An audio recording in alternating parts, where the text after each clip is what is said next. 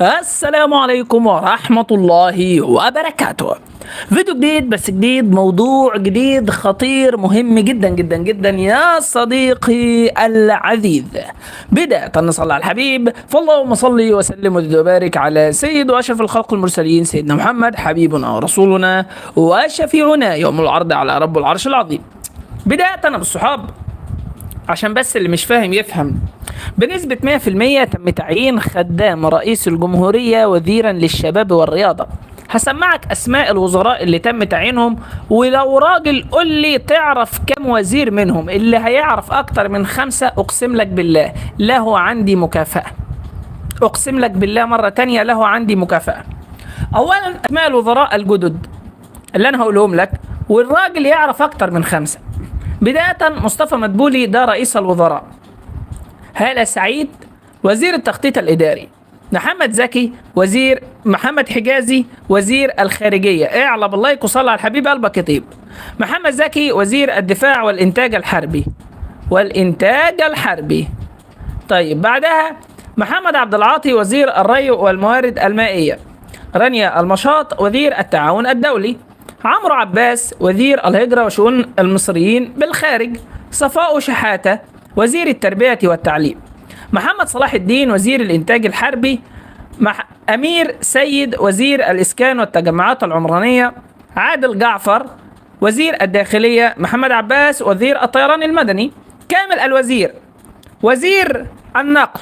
وكم رتبة تانية جاي لك فيهم، بس اعلى بالله بالله عليك عشان الفيديوهات دي بيحاولوا يقفلوها ولاد الحرام. اعلى بالله بالله عليك. عادل نجيب وزير التنمية المحلية. واذكر كامل الوزير كم وزارة دلوقتي، انا جاي لك اهو.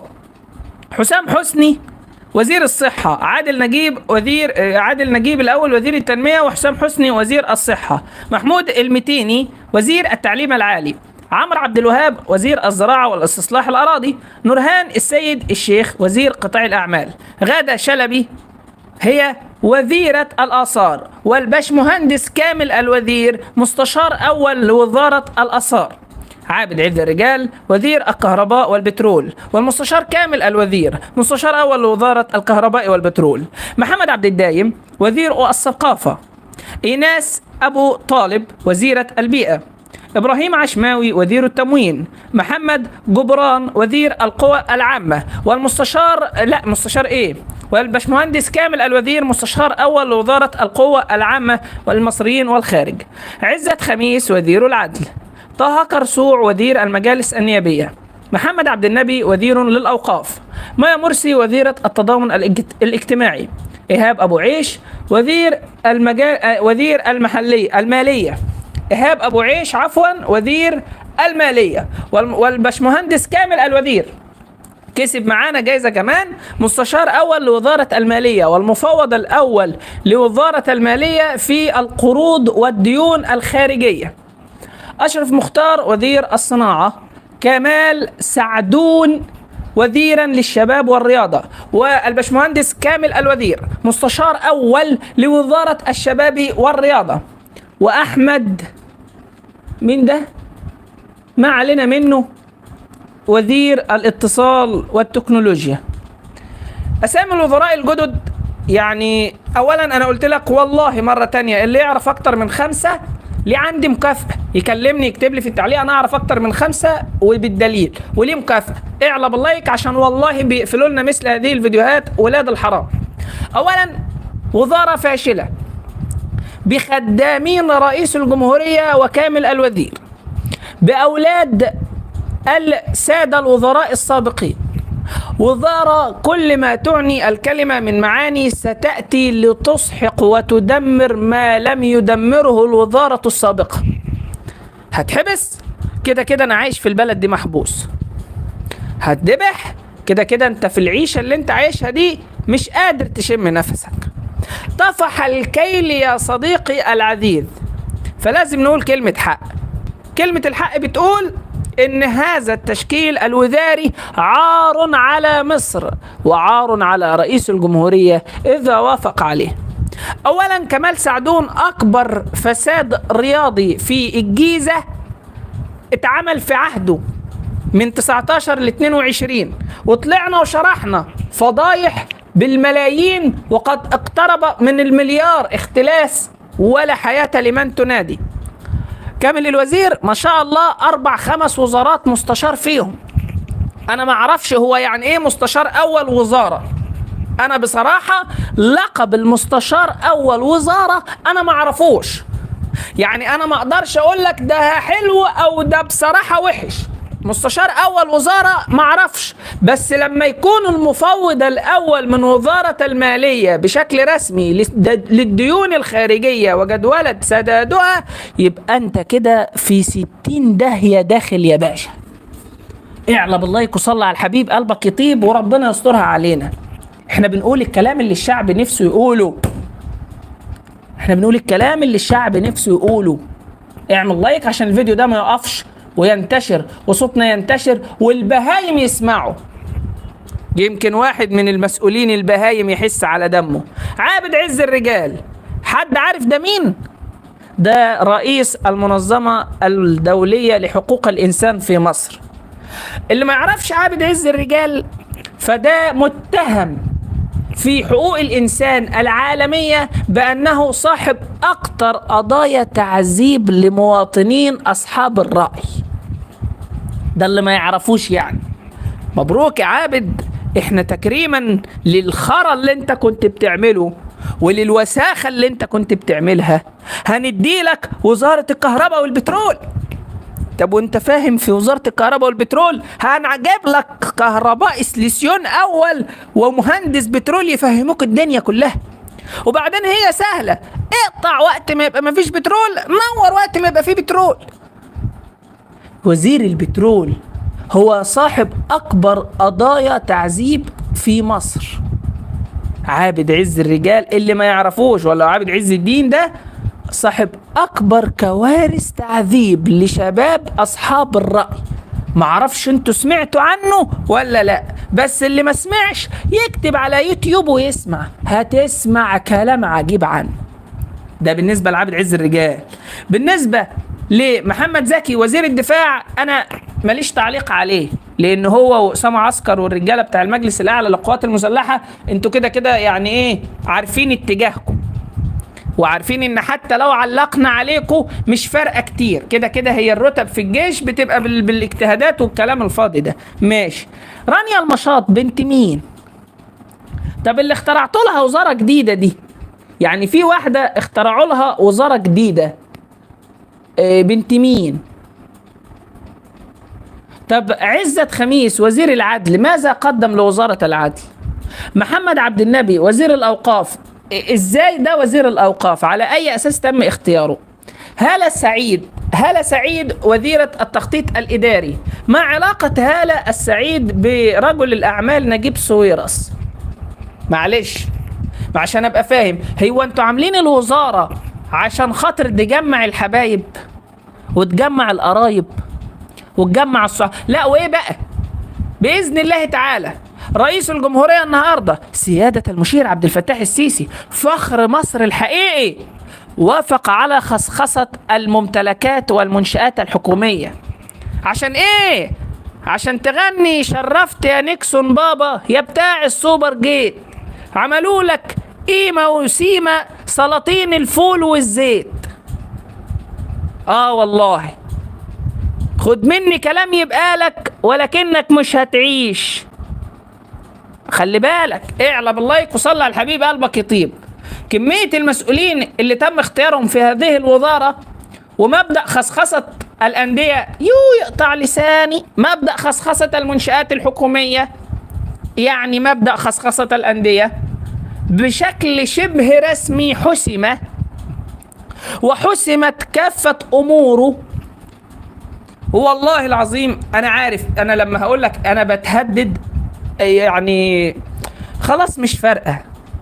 لما تبقى 25 سنة في مصر وحصلت على العديد والعديد من التقديرات في جامعتك وبتلاقي نفسك في آخر الزمن مش بتاخد وظيفة أو فرصة عشان خاطر ابن الأستاذ أو ابن الدكتور أو ابن عضو مجلس شعب، فخلاص بقى خلاص يعني هتسجنوني مش مشكلة. على الأقل خلاص يبقى الواحد قدام ربنا يا رب أنا خلصت ضميري من الدنيا كلها، قلت اللي عليا. كلمة الحق لو هقولها واتحبس فده شرف كبير جدا ليا. على الاقل خالص وانا جوه مش هبقى شايل ذنب عيالي. لما يبقى عندي عيل يقول لي ليه يا بابا ما عملتش وما عملتش، هقول له والله يا ابني انا كنت محبوس، ما هعمل ازاي وانا محبوس؟ بسيطه اهي. اعلى باللايك وصلي على الحبيب عشان الفيديو ده ما يوقفش عندنا، لازم يلف مصر كلها، لان احنا بنسأل سؤال واضح اهو. كامل الوزير يعني ايه يكون مفوض عن المالية في سداد الديون؟ معني ايه؟ يعني ايه؟ سيبك من انه مستشار اول، اكيد لقب مستشار اول ده هيديله سلطة في حاجات كتيرة قوي انا مش عارفها. تمام؟ انا مش عايز اعرفها. تمام، انا مش عايز اعرف هو يعني ايه مستشار اول، انا ما اعرفش، مش عايز اعرف. بس اللي انا اعرفه تفويض اول بانه يكون المتحكم في الديون وجدولتها وسدادها واقتراضها. فانت كده بتدي الكامل الوزير الفلوس، بتجيب وزير صورة وبتخلي المفوض عنه يكون هو المسؤول عن الوزارة وقراراتها في كافة شؤون الديون. يبقى انت كده بتدي الكامل الوزير ايه يا باشا؟ الفلوس. طب كامل الوزير على الثقة الكافية انه يغامر بحياة الشعب؟ لا. طب بياخد ليه؟ طب سيبك من كامل الوزير، كمال سعدون اللي نصب على البلد في 68 مليون جنيه وسافر امريكا ورجع بعد كده قال لك اصله من العائلة التابعة لكامل الوزير فلازم يبقى وزير. من اكتر الاشخاص المقربين من عائلة كامل الوزير ومن العائلة المقربة من رئيس الجمهورية ومن اكتر الناس ناجحين. يا عم ناجحين مين؟ يا عم ده الجيزة ما اتبناش فيها ملعب الفترة اللي كان ماسكها كلها، ولم كل الفلوس وحطها في جيبه وطار على امريكا سنة ورجع قال لك ده انا كنت بعالج مراتي ورفع تعويض على الدولة في اتهام انها بتطعنه في شرفه وحلوياته. ده نصب وختم اختام على قروض انه هو اللي اقرض وزارة الشباب بمديرية الجيزة او مديرية شباب والرياضة في الجيزة تفريعا من وزارة الشباب.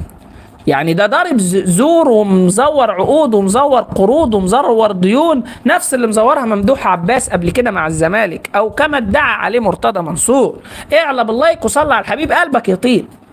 وزير الشباب والرياضة كمال سعدون والمفوض الاول او المستشار اول لوزارة الشباب والرياضة كامل الوزير. مين بقى كامل الوزير؟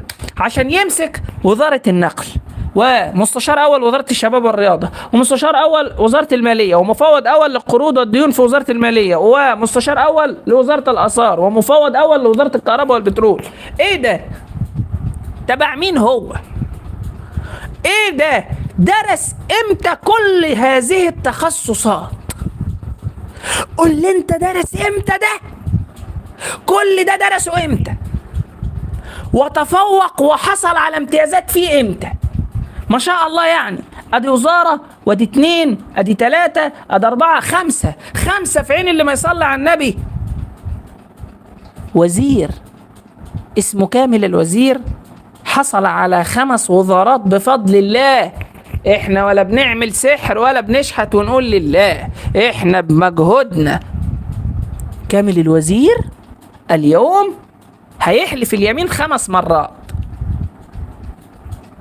او لو مش هيحلف اليمين 5 مرات هيحلفه مرة بنية ال5.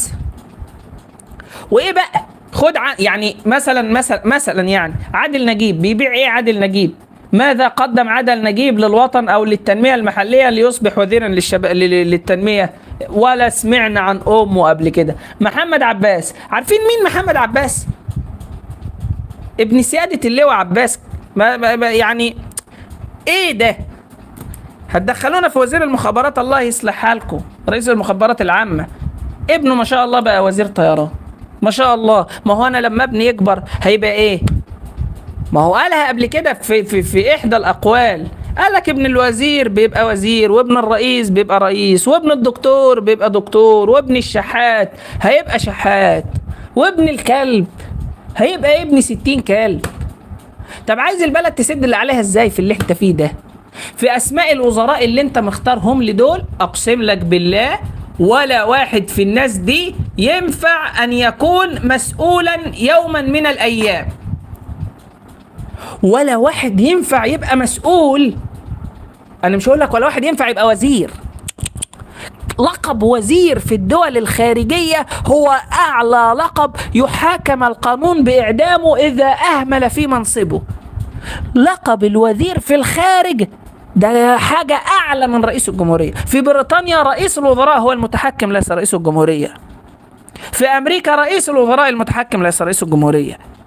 في دول عظيمة جدا رئيس الوزراء المتحكم. هل مصطفى مدبولي اللي ما شاء الله ربنا كرمه بقصور وفلل وشاليهات في نيو هرم وفي حتت يعني ما نعرفش نخشها بمرتب 40,000 جنيه؟ يعني أنا لو أقدر 40,000 جنيه في الشهر هعرف أشتري فيلا تمنها 60-80 مليون جنيه. هعرف أعمل فرح لبنتي يعدي 16 مليون جنيه. ما شاء الله يعني، ما شاء الله يعني، ما بحسدش. مال الشعب يا أولاد الكلب؟ مال الأستاذ والدكتور والمهندس والكهربائي والنجار والحداد ووكيل؟ ده أنا ذهلت إن في أخ فاضل معانا بيتابعنا بيقول لي إيه، أنت بتقول مدرس أول خرج معاش بياخد 4000 جنيه، أنا باخد 3300 جنيه. عارف أنا ذهلت. عارف 3300 جنيه دي قيمتها بالدولار لا تتخطى تقريبا $50، تقريبا 50-60 دولار. قيمة يوم واحد للعمل في أمريكا. اللي هو إيه ده؟ إحنا عندنا بنقيم الناس كده؟ طيب هسأل سؤال، إحنا مش عايزين نعرف بقى خلاص يعني، خلاص ما شاء الله يعني ربنا يكرمه أستاذ محمد عباس، لا مش أستاذ كابتن طيار محمد عباس، عرفنا إنه ابن عباس كاب، خلاص مش عايزين نتكلم تاني بقى. مع عمرو عباس وزير الهجرة والشؤون المصريين بالخارج، ده أنا معرفوش. صفاء شحاتة بنت اللواء محمد شحاتة. محمد صلاح الدين وزير الإنتاج الحربي، ده معرفوش. أمير السيد المجتمعات العمرانية، أول مرة نسمع اسمه. حسام حسني وزير الصحة، ولا سمعناه قبل كده. عابد عز الرجال، أكتر واحد بتاع قاضي تعذيب، أكتر واحد بتاع قاضي تعذيب يتعين وزير للكهرباء والبترول. طب إيه مؤهلاته ليصبح وزير الكهرباء والبترول؟ معلش بقى، انا راجل ما بفهمش. اللي ما ضربش اللايك يا رجاله، يا رجاله والله العظيم الفيديوهات دي ممكن تتحذف، فلو سمحت اللايك بتاعك هو اللي بيحمي القناه من ان يحصل فيها مشكله. اعمل لايك واشترك في القناه، مش هتخسر اي حاجه، عشان دي بلاوي، دي مصايب لازم نتكلم فيها، دي كوارث لازم نتكلم فيها وما نسكتش ونقول له يا سياده الرئيس. كرسوع، طه كرسوع، مجالس نيابيه ما سمعناش عنه. والله العظيم انا الوزراء دول كلهم يعني لو هقولهم لك بالاسم دون البحث عن اولياء امورهم ما فيهمش 2-3 مجتهدين يستحقوا مناصب بجد وبما يرضي الله. انا هقول لك الاسماء، اسماء تصدم، اسماء تقتل، اسماء تجعلك مش فاهم هو طب احنا رايحين فين يعني؟ على اين نحن ذاهبون؟ الظاهر هنمشي على الأشواك كما قال عبد الحليم. مصطفى مدبولي، ماذا قدم مصطفى مدبولي للوطن ليصبح رئيس وزراء للفترة الرئاسية الثانية؟ قدم جوع، عطش، ذل، إهانة، كسرة نفس أب قدام ابنه، كسرة نفس شاب قدام حبيبته، كسرة نفس أم قدام عيالها، كسرة نفس مدرس قدام طلابه، كسرة نفس مهندس قدام مقاول، كسرة نفس حر قدام حرامي بلطجي.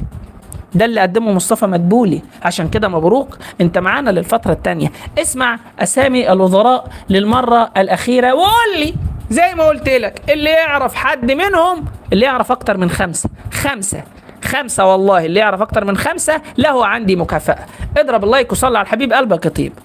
عزت خميس وزير العدل، طه كرسوع وزير المجالس النيابية، محمد عبد النبي وزير للأوقاف، هالة سعيد وزير التخطيط الإداري، محمد حجازي وزير الخارجية، محمد زكي وزير الدفاع والإنتاج الحربي، محمد عبد العاطي وزير الري والموارد المائية، رانيا المشاط وزيرة التعاون الدولي، عمرو عباس وزير الهجرة وشؤون المصريين بالخارج، صفاء شحاتة وزير التربية والتعليم، محمد صلاح الدين وزير الإنتاج الحربي، أمير سيد وزير الإسكان والمجتمعات العمرانية، عادل جعفر وزير الداخلية، محمد عباس وزير الطيران المدني، كامل الوزير وزير النقل والمواصلات، عادل نجيب وزير التنمية المحلية، حسام حسني وزير الصحة والسكان، محمود المتيني وزير التعليم العالي، عمرو عبد الوهاب وزير الزراعة واستصلاح الأراضي، نورهان سيد الشيخ فين وزير قطاع الاعمال غادة شلبي وزير الاثار، والباشمهندس كامل الوزير مستشار اول لوزاره الاثار، عابد عز الرجال وزير الكهرباء والبترول، محمد عبد الدايم وزير الثقافه، ايناس ابو طالب وزيره البيئه، ابراهيم عشماوي وزير التموين، محمد جبران وزير القوى العامه، مايا مرسي وزيرة التضامن الاجتماعي، إيهاب أبو عيش وزير المالية، والباشمهندس كامل الوزير ومستشار أول لوزارة المالية، والمهندس كامل الوزير مفوض أول من وزارة المالية اللي هي لسه ما تمش تعيينها، فوضته كرجل أول لوزارة المالية على أنه المسؤول الأول في سداد القروض واقتراض القروض وجدولة القروض، وأشرف مختار وزير الصناعة، وكمال سعدون وزير الشباب والرياضة. أفسد واحد في مديرية الشباب والرياضة بالجيزة هو وكيل أول وزارة كمال سعدون. ماشي، كمال سعدون ده. ومين تاني؟ والباشمهندس كامل الوزير مستشار أول وزارة الشباب والرياضة، وأحمد أبو ربو وزير الاتصال والتكنولوجيا المعلومات. وكما قال الشيخ إمام، أنا رحت الجامعة وشفت ياسين حواليه العسكر والزنازين والشوم والبوب وكلاب الروم، يا خسارة يا أزهار البساتين، عياط يا بهية على المساكين. مش هطول عليك الفيديو، دي الأسماء بتاع الوزراء، حسبي الله ونعم الوكيل. من وافق على قرار خصخصة المنشآت الحكومية أو الأندية الحكومية، نقول مبروك على بيع النادي الأهلي بأكبر سعر ممكن سيتم طرحه خلال الساعات القادمة.